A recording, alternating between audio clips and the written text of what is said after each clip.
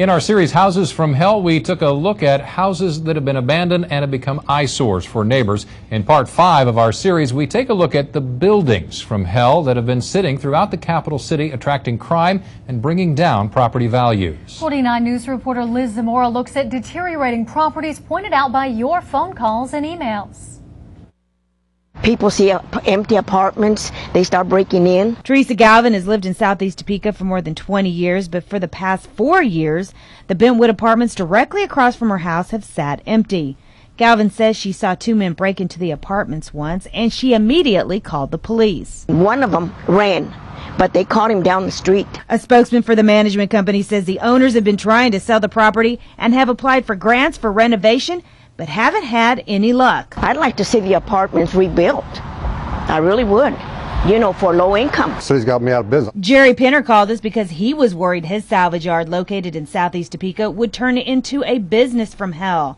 He says someone set fire to one of his buildings and he has been turned down for a permit for his salvage yard. I was supposed to get rid of all my inventory and everything, just shut it down completely.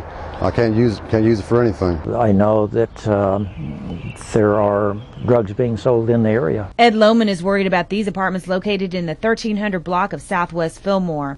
They've been vacant for at least 2 years. He would like to see something done with both buildings. Somebody to come in and take pride in their ownership of their homes. Retail follows money. And empty buildings which once held businesses can be seen scattered throughout the capital city, many of which can be found downtown.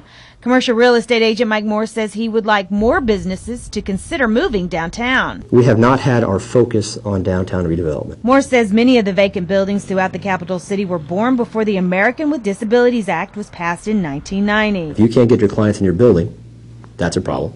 If the state says we won't let you lease a building that's not fully handicap accessible, it's not going to be leased. And Moore says the retail space picture is looking pretty good. He's not worried that spaces like this former Kmart are sitting vacant because he says there is such a demand for these types of buildings in Topeka. The key to being able to service these people is to have the vacant building to begin with. So vacancy is not a bad thing. Of the 1,300 properties in the capital city, less than 8% are vacant. But those numbers are of little comfort to those with empty buildings in their neighborhood. There's a few kids around here, around the area. Yeah, there's quite a few kids in the area, and that's not safe. Liz Zamora, 49 News.